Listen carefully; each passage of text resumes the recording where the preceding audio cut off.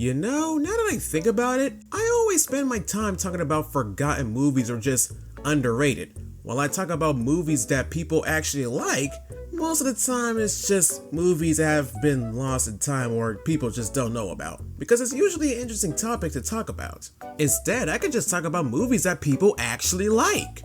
Or I could just talk about the crappy ones. Yeah, that's always an option.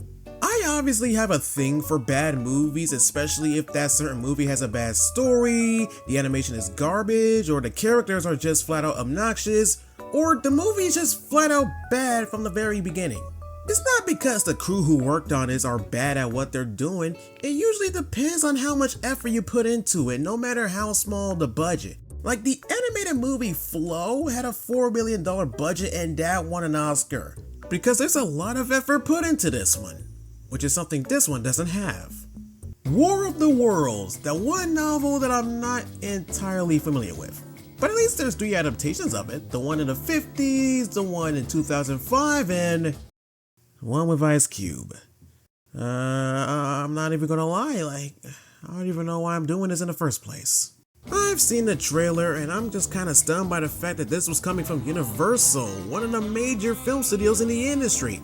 It's like when Square Enix, one of the biggest video game companies, released Balan Wonderworld, a game that's clearly half-baked. Why did they thought it was a good idea? Well, because Universal was intrigued by the idea of using screen-lab technology, which was something used before and unfriended and missing. And apparently this movie has been in production since 2020, and you'd think they would just use all those 5 years to improve the movie somehow, but nope. Universal released the movie on Prime Video on July 30th, 2025 with all the confidence they had, and y'all should already know the rest. And I honestly can't believe I'm actually doing this, but I'm gonna do something that I never did for Megamind vs. the Doom Syndicate. Actually watching it. Ice Cube, gotta love him. He plays as a government agent who spies on anyone through literally anything. Drones, airplanes, even refrigerators. Yeah, you heard that right. I don't care if he's a government agent, you just kinda maxed out levels of creepy here. But that's not all he does, he can hack into anything, even Tesla cars apparently. Now I'm sure not to get a Tesla.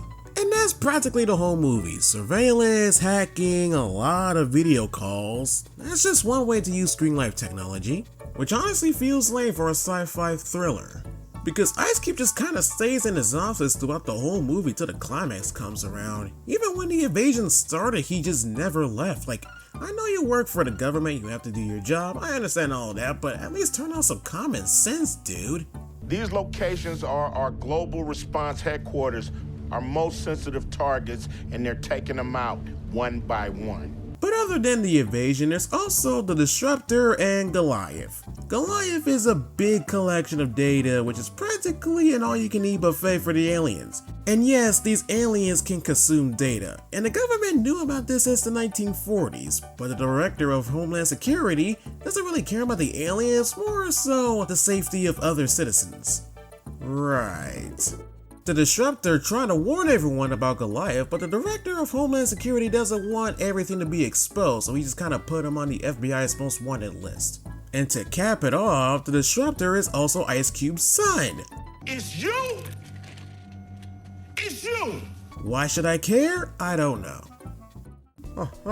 Oh man, where do I begin with the visual effects in this one?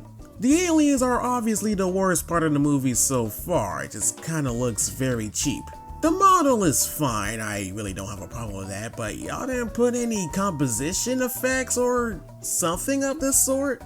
It's not Birdemic, but y'all could have done literally anything to improve the visual effects.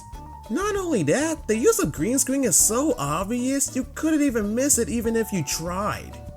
That's it, that's all I gotta say. The movie is so terrible that I'm not even gonna put any effort to talk about it. But why even bother using screen life technology on this movie? Well, it will be a modern spin on War of the Worlds.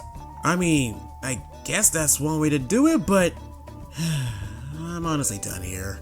It might as well be a long YouTube video because it really doesn't feel like a cinematic experience at all. And that's all I got from this one. It feels like a very cheap project that everyone who worked on it put very little effort to. And I'm not gonna bother doing the outro. Editor, just do the thing. Bye.